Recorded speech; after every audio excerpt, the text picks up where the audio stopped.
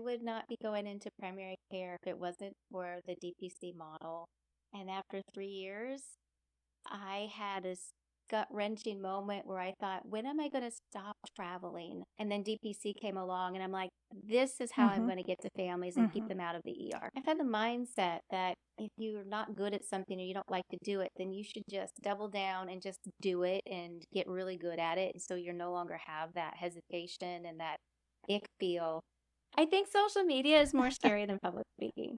Welcome to DPC Life, the podcast where independent doctors share real stories, bold ideas, and the freedom of doing medicine on your own terms. I'm your host, Dr. Ann Gonzalez, and together we'll explore the wins, the struggles, and everything in between. Let's dive in. I'm here today with Dr. Chelsea Johnson. She's the founder of Kidz MD in Liberty, Missouri. And did you open already? I know you said you were shooting for November. I was shooting for October. I think it's going to be December. Okay. All right. Well, let's start out with telling us how you got into DPC, how you found it, and what brought you to it. Well, thank you. Thank you for letting me Of share my course. journey. Thanks for being here. I have been in academic medicine all of my career in Kansas City, and I left in 2020 during the height of the COVID pandemic. And I did a number of things while I was out there, including telemedicine. And then I got into locums work.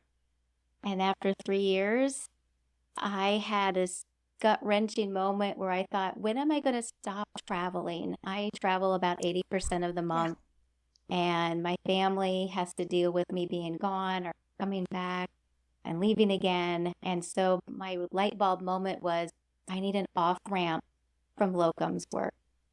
It was really my DPC PCP that said, hey, why don't you get into this? I'm really focused on adults right now, and I need somebody to take care of the kids. I have lots of parents that want their kids to be under a DPC practice.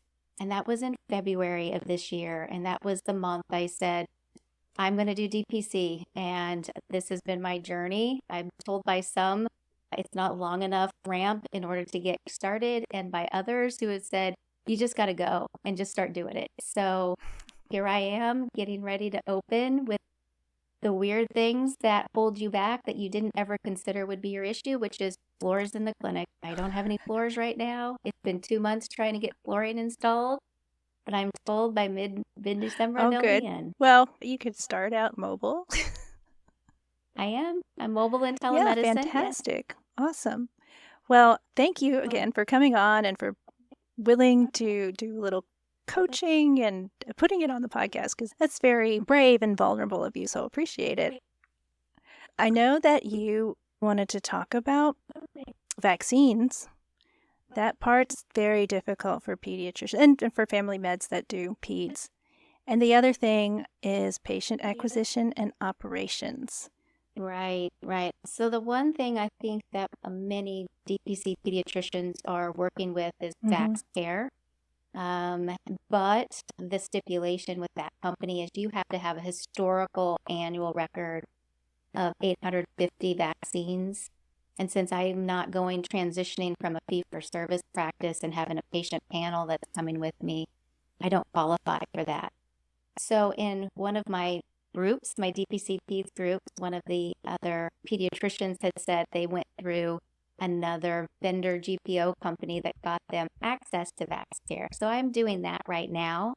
And so I have a bridge in order to access VaxCare. And hopefully over the next 2 or 3 years, I will be able to meet those requirements so that I can contract directly with VaxCare. Good. So it does cost a little bit more, but I don't think that you can do a really good job of child care if you're not offering vaccines to families. So that was really important for me to solve that issue. I'm glad that you found something that will work, because that's been a real problem for a lot of people for a long time. So is that GPO a nationwide situation? Yes. Freedom HealthWorks is the one that I went through to access VaxCare. There is another company very similar to VaxCare called Abacus, and they also do something very similar, but I did not qualified to work Mm-hmm. directly with them Mm-hmm. either. So this is my pathway, but I'm hoping that as this becomes a very much larger percentage of pediatric practices, that there will be more vendors that are going to want to support pediatrics in DPC or anybody that's in DPC that wants to Mm-hmm. provide that. Yeah. Well, that's wonderful. There are a lot more pediatricians doing it, and I think it's wonderful. I would not be going into primary care if it wasn't for the DPC model. My background is in emergency medicine, urgent care, hematology, and oncology. And I spent 2 years doing some locums work in primary care in rural North Oh. Carolina. And it was difficult. For my estimate, it was miserable because I saw the other pediatricians just suffer through 30, 40 patients a day, trying to manage issues that are beyond a 15-minute appointment. But you got to keep plugging through. And I never kept up with what they were able to do. They gave me all the sick kids to take care of. So I was really good and fast about taking care of sick kids. So I knew then I was not going to be able to do fee-for-service primary care, but in learning about the DPC model, it certainly opened up my ability to say, I can do that and I can provide some really great care to families. So it's a really tough gig to be in fee-for-service pediatrics, and I have a lot of respect for my friends and colleagues. But it's not for me, and this is something that I can do. So I'm really excited to step into that journey on next month. Well, so let's talk about the things that you are interested in working on. Patient acquisition and systems. If at the end of our talk you had some plan for something in particular, what would you consider a successful session? What would you take away?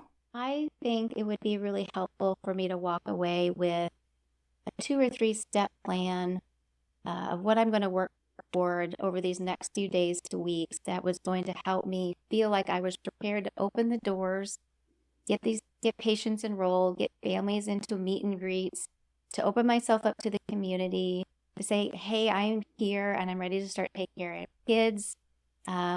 Just come on in. And if I was able to have some concrete steps with where to prioritize my time and energies, whether that's pamphlets, business cards, social media, meet and greets, community events, and the way that I'm going to be able to effectively acquire them, going through the website or going through social media or just calling me on the phone, or that initial process of getting the enrollment started and connecting so that people will enroll. Right. Know that I'm here. So education and promotion and then acquisition. Those are the things you need help with. All right. So right now, what are you doing to promote and to reach out to people? So I have a number of business cards and pamphlets that I have made up that I've sent out to area businesses. And I have a social media presence on Facebook. I have an Instagram account, though I'm not really sure I know how to use it very well. And I have a website. I don't have all of those connected in a way that there's no automation. The only thing that gets posted is what I remember to post on any given day. I don't have any cadence for posting or any plan of posts that are coming down the pike, and this one comes first and then this one, and kind of building that story. Those are probably my main areas that I've done so far, and I will say that probably my marketing and promotion has been the thing that I do every once in a while when I think, oh, I should do that. Because of all the other things that I'm doing, I'm putting my time in elsewhere, but I'm now recognizing probably a little bit more effortful, planned presence is where I need to be, and I'm still kind of at a loss without spending hours and hours and hours planning and scheduling and figuring out how to make that work. Yep, I see. Absolutely. Because you still have some other businesses, is that correct? Or yeah, I am still doing a lot of travel, but I pushed it to my weekends, and I co-founder in a pediatric medical device company that also takes some of my time. I do the business and marketing side of that, which is interesting because this is where I'm struggling with my own business. So we're kind of in the same stages of both Okay. businesses. Yes, I do have other things that are taking up my time, just Yeah. trying to make ends meet. And I still have a family, 3 kids that are Mm-hmm. still at home, and just trying to live life as well. Yeah. That's a lot on your plate. So you've got some hard copy things, you have a little bit of social media presence, but not very consistent. And what about like in-person networking? I have joined our local Chamber of Commerce and our local private Mm-hmm. practice group. So we do once a month, we have in-person meetings. I will be presenting my business at the local private practice group meeting in December to just announce my clinic, share more information, hand out Mm-hmm. business cards Mm-hmm. and swag. The Chamber of Commerce will provide me with an opportunity to have a ribbon cutting and an open house and promote it. There's a lot of marketing opportunities once I kind Mm-hmm. of get involved, including free use of a billboard that's on the Free? interstate for, I think, a week for free as That's part of my amazing. membership. Yes. And they will also take my promotional materials and promote them on their social media and in Mm-hmm. their Mm-hmm. spaces. So those things are just now kind of getting started. I just joined both of Okay. those in the last couple of Wonderful. months. So in-person networking, and let's see, do you have anyone signed up? No, not yet. And I think that maybe that's where a lot of my anxiety is at is how do I say now's the time, let's enroll, let's get Mm-hmm. on the list. Maybe I'm still a little hesitant because I'm like, am I really ready? Am I really ready to open the door? But maybe I don't know the best way to make that media Mm-hmm. push. So maybe that's Okay. a great place All to right. start. So yeah, there's all kinds of things, all kinds of ways to do this. And I did not do this as a sales call, I swear. But I have developed a CRM, which I think would be super helpful for you. And it will do all kinds of things for you that you can host your website, you can have automations to send emails out, you can post your social media. It'll go out as whenever you schedule it so that you don't have to do it yourself. You can post on multiple media accounts. You can post on like Facebook groups. And so it takes a lot off you. I mean, there's work involved with it, but it does a lot of it for you.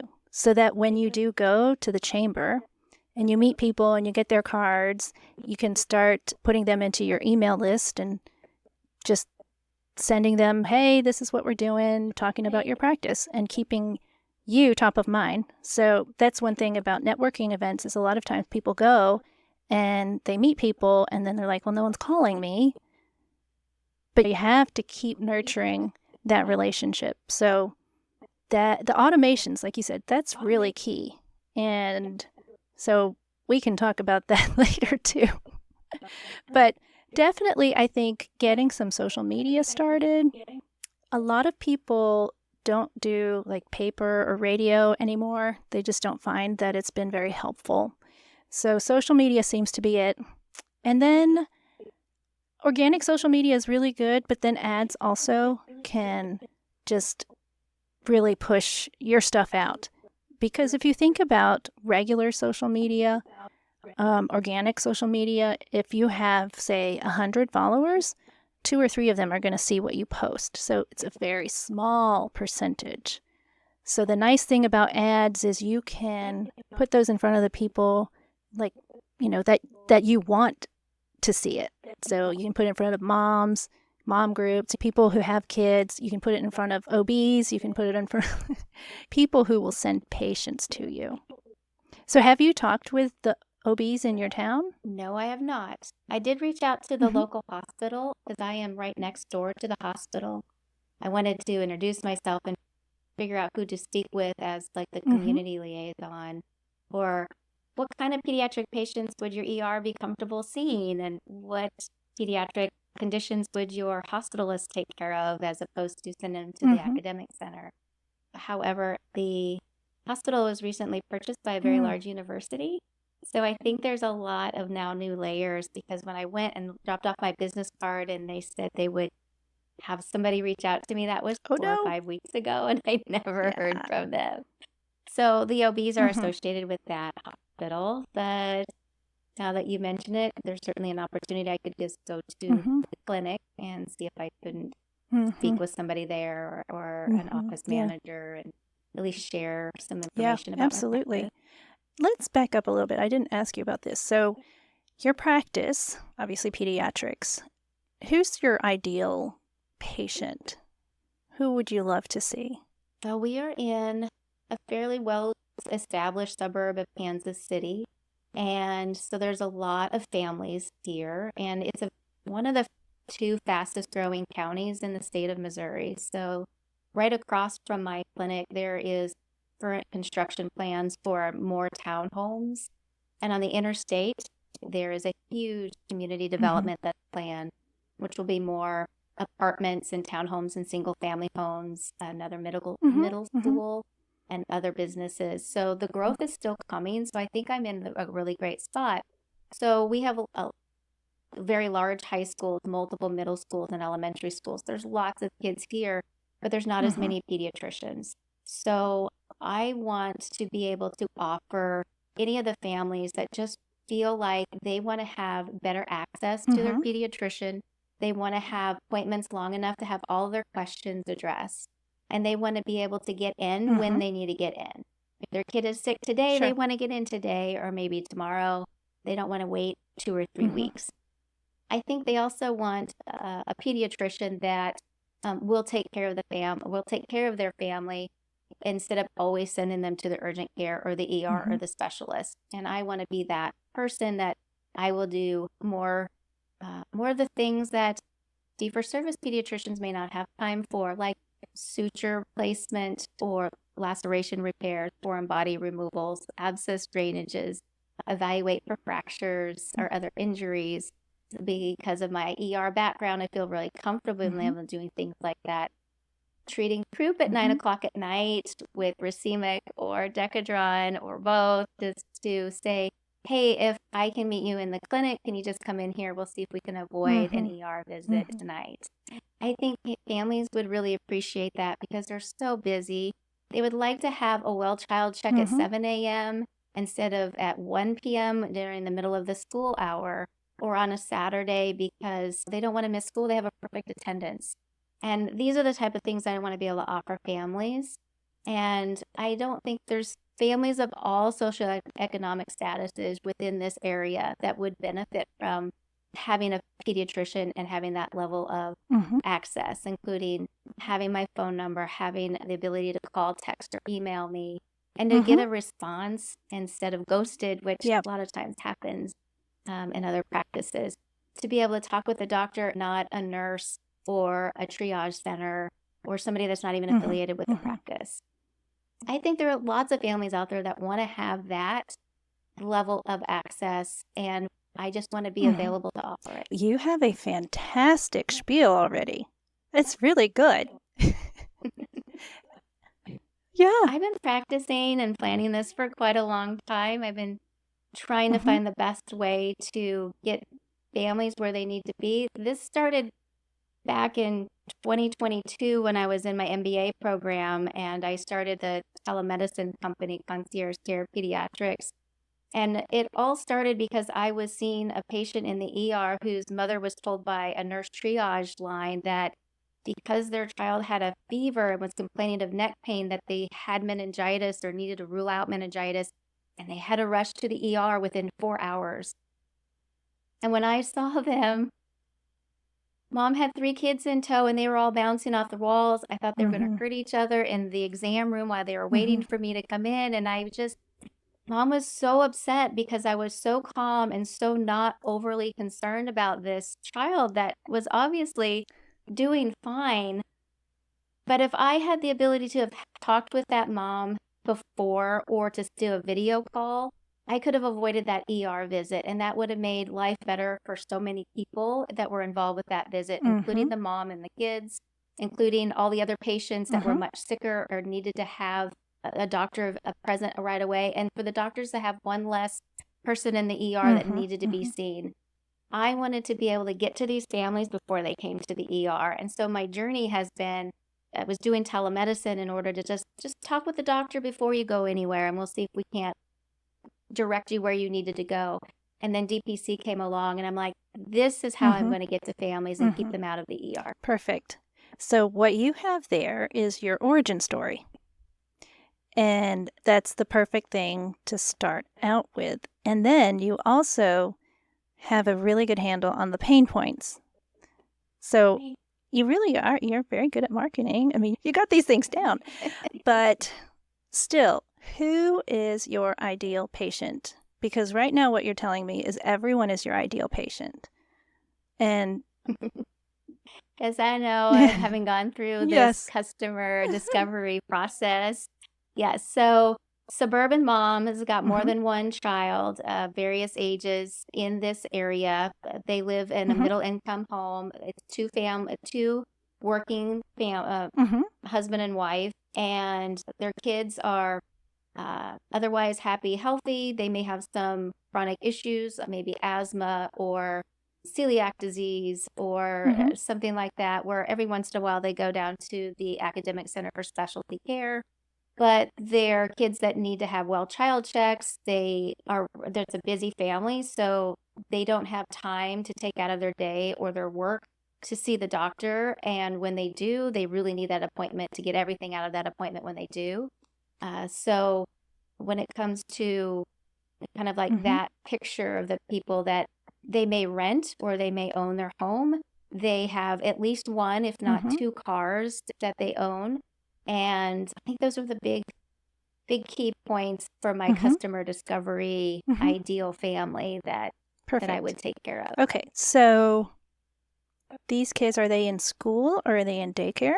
Many of them will be in daycare or preschool or going to a private school. We have a couple, 3 private schools in the area. Yeah, so they would be attending school. I will also say that it's almost like a divergent group, but we also have a number of homeschool families that are in the area, which is another kind of a unique population with how they engage with the medical community. And one of my tenets was a lot of the pediatricians in the area will not see patients if they're not keeping up with a vaccine schedule. And I feel like I really want to promote vaccinations, but I also understand that not all families are in the same place in their journey, and children should not suffer. That I think families need to be trusted and brought into shared decision making, and to give the pediatrician an opportunity to talk with the family, to try to dispel any myths or misinformation, to really explain what's at stake, and then to walk them where they're at and move them forward, whether they choose to vaccinate or not. I still think kids need to have care, and that should not be a hard stop for the relationship. I think DPC is ideal because we can develop the relationship with families so that you are much more trusted because you spent more time with these families.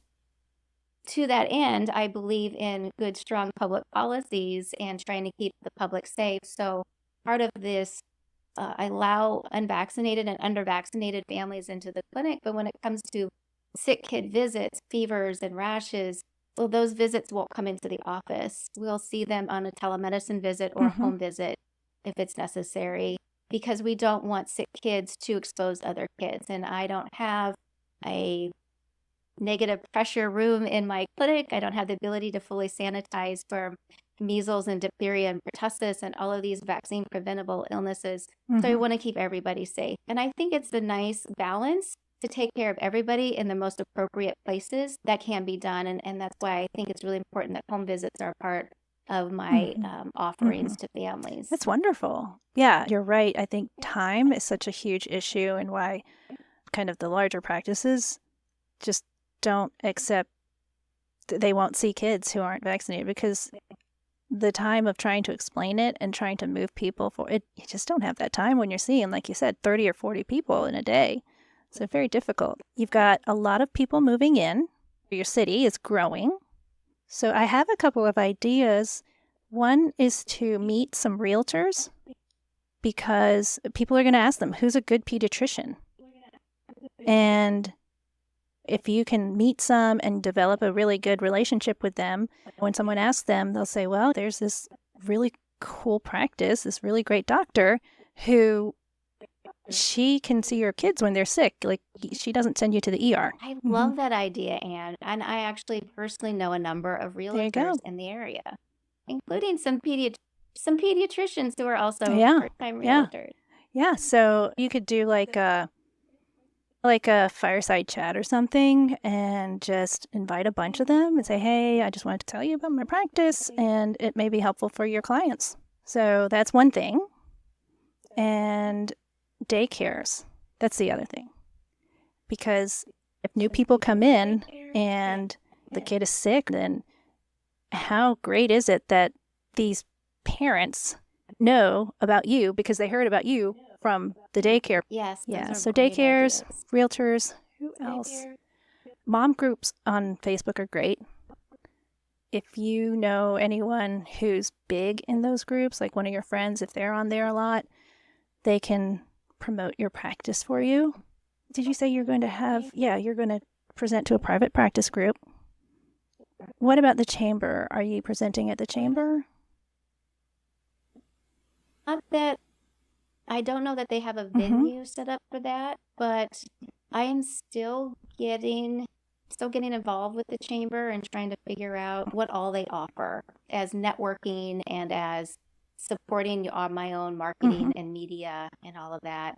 So I am sure that there's more opportunities that I have not yet fully looked into at the chamber. They're very That's great. active, and there's a lot of businesses in the area. I'm just now stepping into it, so I do hope, right at the moment, my focus has been on, I just need to know a date when I can set a ribbon cutting open house so that I can get that date on the books with the chamber. But in the meantime, certainly I'll just have to go through and figure out in their newsletters and in some of their website events that are coming up, what that looks like, and if they have something for me to be able to speak at and share my services there. That's a great Our idea. chamber, we're just fairly new with them, and our chamber is also really active. It's wonderful because they had a new chamber member kind of welcome meeting, so you get to meet several of people who join at the same time as you. And then they have what they call leads groups, which I think are really kind of like BNI. Are you familiar with BNI? It's Do you know if there's a BNI group or groups around you?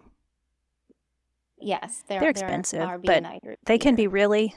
They are expensive. They can. We have a group.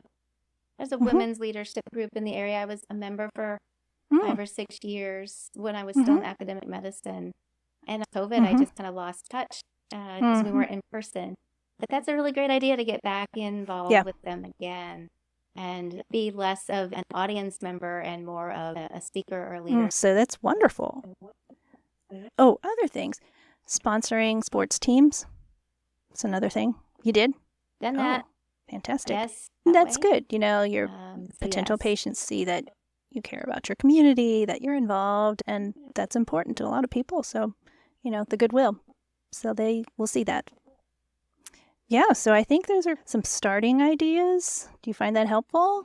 And there's been such a wealth of ideas, and maybe they're things that I've heard of or maybe thought of, but having somebody else reinforce, this is a good idea and you should consider running with it. Even some things that I hadn't thought about, which are great, that things that are low-hanging fruit that I can easily take care of and make that happen. So it's a wonderful list of ideas of things that I can be working on over the next few weeks to try and gauge some excitement in my community that I'm opening up and I'm ready for enrollment. So call, text, get on the website, email, let's get people enrolled. Yeah, well, good. I'm glad that's helpful because I think you've got the information, you know what to say. Yeah, you just got to do it. Now you got to just say it. Just got to get the patients in. Yes. You got to let them know I'm ready. All right. I did want to tell you a little bit more about the platform. I do. I know of a number of CRMs. CRMs out there. But one of those things you felt like that's an extra thing that do you really want to spend money on it? Is that really tailored to you, or is that something like for other businesses?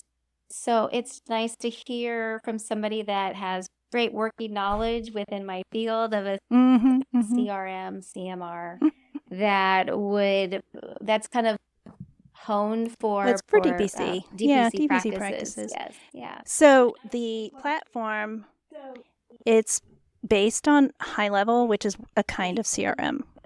And the really cool thing about it is you can develop it for whatever business industry. So I thought, well, that would be a really good one for DPC, because for people like you, or just started, newly started, first 6 months or a year, and they're still trying to get patients, this kind of thing can make those automations so easy and really simplify things because of the automations.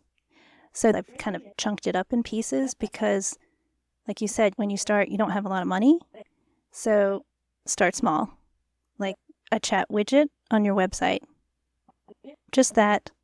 Get patient's name, email, phone number, and then you reach out to them. And then the next level would be chat widget and then a voice AI to take phone calls. And so the chat widget and the AI, you train them on your business. You train them how you want questions answered. So, do you take my insurance? No, we don't take insurance, but we can see everybody. That kind of thing. Yeah. Do you require vaccines? Questions that you know you're going to get. Yeah. Yes, your FAQs. Exactly. That you can do more interactively. Yep. And then the voice AI, same thing. You can get their phone, name, email. If they're like, yeah, I'm ready, I want to do this. Okay, can I text you a link to our website? Like that kind of thing. And then you can go even further. So chat widget, voice, social planner, reputation management. And the social planner, I think you would love, because it's amazing. You can plan out for like years if you wanted to. It's great because you can automate and you can put posts on 6 or 7 platforms. You don't have to go into them. You don't have to see them, because that's one thing. I know it's a time suck, because every time I try to like post stuff and I'm like, oh, let me see what so-and-so is doing. And then it's an hour later and I didn't post my thing. So the social planner is awesome, so that you can multiply your voice times however many platforms you're on, and you only have to post it once. So it's like 7 times what you're doing. And it's a bit of a numbers game, right? It's just, you just got to get that word out. The more you get it out, the more people know about you, the more people are going to call you. So that one, I was just learning more about it today, because this platform has so many things that I haven't really dug into that one as much, but it's incredible. It's amazing. So we're just starting to use it at our office. I was showing our office manager and she's like, what? I can do this? Yeah. And they'd been wanting to use TikTok. They wanted to be on TikTok like 2 months ago. And I said, got another one that we got to try and figure out and play. But once we got the CRM, I was like, okay, you want TikTok? What else do you want? You want Threads? You can do YouTube. You can just, it's great. It's wonderful. You just do it from one place. Yeah. And then the reputation management, it will automatically send emails to your patients or your parents afterwards and say, if you're happy with your service, would you mind giving us a review? And it takes them automatically there. So that's kind of like the middle level. And then the next level just has like more automations, more stuff, just more stuff. It's like, that one's for bigger established practices. Like, I think the smaller tiers, those are the ones for people who are starting out, because they don't cost as much. Yeah. So that is what I have. So I'll send you a link to it if you want to see it. Yeah. And it's got everything listed on there. Yeah. Well, I've had the mindset that if you're not good at something or you don't like to do it, then you should just double down and just do it and get really good at it. So you no longer have that hesitation and that ick feel. But now I have so many of them as I'm starting this business. It's like, I don't want to spend all my time doing things that I'm not good at and I don't do really well and I don't like to do. But that's definitely one of the top ones. And of course, the public speaking piece. And just selling yourself, it's really hard. I've not seen any fee-for-service practices around here ever advertise, ever market themselves. Patients just show up because there's so few of them. I mean, kids have to get care somewhere, and that's what's insurance. There. The insurance is like, you got to go here. So yeah, And it feels really weird to be the doctor. It's like being Yeah. the lawyer on the billboards, advertising their services like there's another lawyer in every city. You can find the Mm-hmm. lawyer with the billboard. So I feel Mm-hmm. like there's that Mm-hmm. doctor selling her wares. So I'm like, yeah, but you Yes. have to know that Yep. I'm here. Yeah. Yep. And if you don't, people don't know about you because no one knows about you. Even if you think you've said it a million times, they still don't know about you. And it's like Sure. it's your duty to tell them. Just keep telling yourself it's my duty. I'm Obligated. Yeah, it is. It's an obligation, right? Because they wouldn't have it otherwise. I'm super excited for you. Kidz DPC is really catching on. It is catching on. I'm really excited. I think this is one of the things that's going to allow healthcare to continue. Because in our current state, I have a lot of hesitancies about what's coming. But I think having DPC is so important to keep physicians Mhm. continue practicing. Because otherwise, I think a lot of them Yep. are going to continue leaving. And I think this is the outlet. This is the vent that's going to allow a lot of Mhm. physicians to continue Yeah. practicing medicine. And families need it. And so I'm really excited. It's no longer fringe. It's growing, 10-15% year Mhm. over year. It's great. And I think it's a great option for even the fee-for-service doctors that are burnt out that want to come on over. But there's now lots of them. They're coming right out of residency, going straight into I know. their own DPC practices, which I'm a little jealous of. They have those opportunities coming out of residency. I still didn't know Uh-huh. what I wanted to do when I was Yeah. graduating. So it's It a is. great place to Yeah, be it's a right good now. space, so definitely good. Well, I've enjoyed talking with you.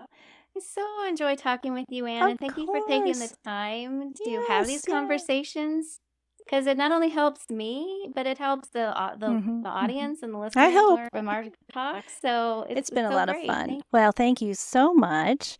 I would love to talk to you again in like 6 months, catch up. You bet. I would love to tell Yes, you where I'm at in yes. 6 Yeah, but months. I'll touch base with you sooner just to check in.